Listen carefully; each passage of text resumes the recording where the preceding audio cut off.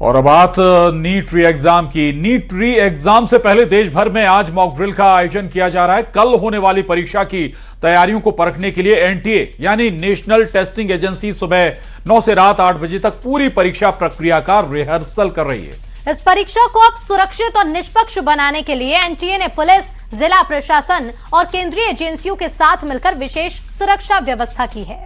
और कल की परीक्षा में करीब 22,80,000 अभ्यर्थी शामिल होंगे। इसके लिए देश के 551 शहरों और विदेश के 14 शहरों में परीक्षा केंद्र बनाए गए। एनटीए के मुताबिक परीक्षा संचालन के लिए 2 लाख से ज्यादा कर्मचारी, 674 सिटी कोऑर्डिनेटर और 6,669 ऑब्जर्वर की तैनाती की गई है। कल यह परीक्षा दोपहर 2 बजे से शाम 5:15 तक होगी, जबकि पात्र दिव्यांग अभ्यर्थियों को अतिरिक्त समय दिया जाएगा, जिससे वो शाम 6:20 तक परीक्षा दे सकेंगे।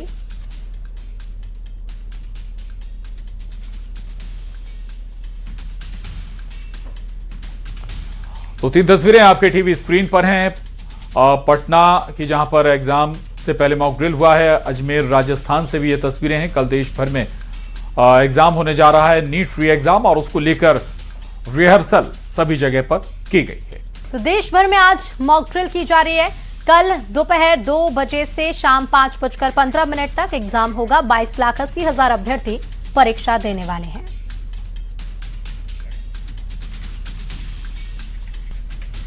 इधर राम मंदिर में चंदा चोरी से जुड़ी अभी की बड़ी खबर है। राम मंदिर से जुड़े कुछ जिम्मेदार पदाधिकारी और व्यवस्थाओं को लेकर एसआईटी की जांच में कुछ अहम जानकारी सामने आई है। सूत्रों के मुताबिक ट्रस्ट और मंदिर प्रबंधन से जुड़े हर काम की जिम्मेदारियां नृपेंद्र मिश्रा और चंपत राय को होती हैं। वहीं दर्शन व्यवस्था और चढ़ावे दान की देखरेख की जिम्मेदारी राम शंकर यादव उर्फ टिन्नू यादव के पास बताई गई है। इसके अलावा सफाई व्यवस्था की जिम्मेदारी गोपाल राय और अनिल मिश्रा संभालते हैं। एसआईटी की जांच में अब बड़े खुलासे का इंतजार है। एसआईटी कई लोगों से अभी तक जांच कर चुकी है। और राम मंदिर दान गबन केस में टिन्नू यादव पर एक और आरोप लगा है। जौनपुर के रहने वाले अनिल मिश्रा ने टिन्नू पर गंभीर आरोप लगाए। अनिल मिश्रा का कहना है कि उन्होंने चांदी का हार और चरण पादुका मंदिर में दान की थी, लेकिन टिन्नू यादव उन्हें रसीद नहीं दे रहे थे और 1-2 दिन बाद रसीद देने की बात कही थी। लेकिन बाद में जब टिन्नू यादव से रसीद मांगी गई तो टिन्नू यादव ने कहा कि हार और चरण पादुका गलवा दी गई है।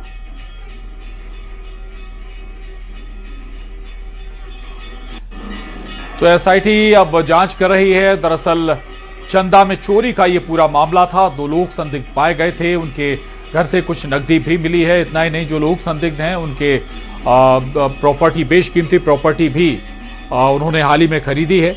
और इसी के बाद अब एसआईटी गंभीर मामले में जांच कर रही है।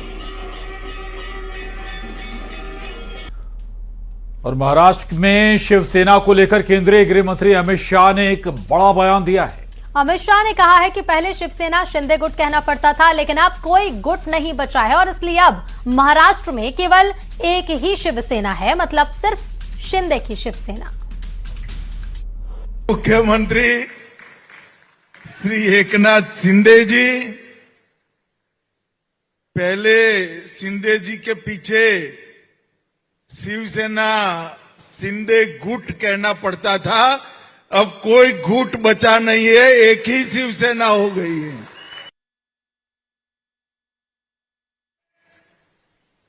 ये उद्धव जी जो कांग्रेस की गोदी में बैठे हैं, वो ये सभी लोग घुसपैठियों को वोट बैंक बनाकर जीना चाहते हैं।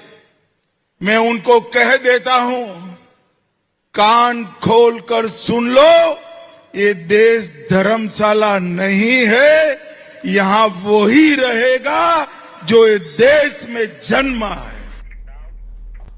और मध्य प्रदेश के मुख्यमंत्री डॉक्टर मोहन यादव ने मालवा और इंदौर उज्जैन क्षेत्र की तकदीर बदलने के लिए एक ऐतिहासिक मेगा प्लान पर काम शुरू कर दिया है। प्रधानमंत्री नरेंद्र मोदी के विकसित भारत 2047 के सपने को साकार करने के लिए उज्जैन इंदौर मेट्रोपॉलिटन रीजन यानी UIMR का गठन किया गया है। 16,000 वर्ग किलोमीटर से अधिक क्षेत्र में फैले इस नए बिजनेस हब के तहत 6 जिलों की 38 तहसीलों और 2,781 गांव तेजी से विकसित होंगे। इस महायोजना के तहत 5 लाख नई नौकरियां पैदा होंगी। वहीं इंदौर और उज्जैन के बीच सफर महज 1 घंटे का रह जाएगा। मुख्यमंत्री ने इंदौर पीथमपुर इकोनॉमिक कॉरिडोर की नींव रखकर विकास के एक नए युग की शुरुआत कर दी।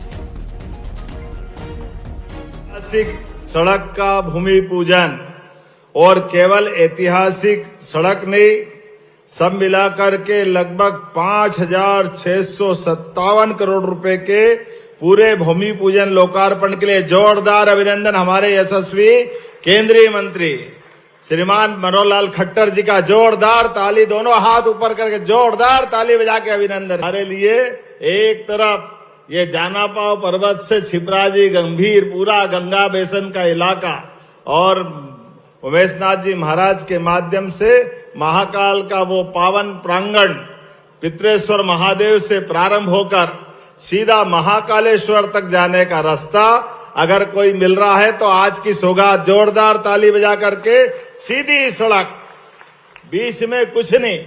और इसके अलावा 2 बड़े शहर मध्य प्रदेश के उज्जैन और इंदौर, इसका जोड़ने वाला जो एक राष्ट्रीय राजमार्ग है, ग्रीनफील्ड मार्ग है, नए मार्ग का कुल लंबाई 40 किलोमीटर से ऊपर जो बनना है, उससे हमारी इंदौर की दूरी ये काफी कम हो जाएगी और उज्जैन इंदौर का पहले से जो रिश्ता है वो और प्रगाढ़ होगा।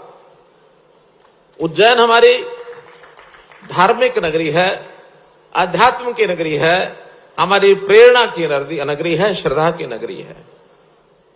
और इंदौर हमारा एक प्रकार का आर्थिक, एक प्रकार के हमारे व्यवसाय का केंद्र, हमारे रोजगार का केंद्र। ऐसे दोनों शहरों का जब मिलाप होगा तो जो एक यहाँ की सरकार ने बहुत पहले से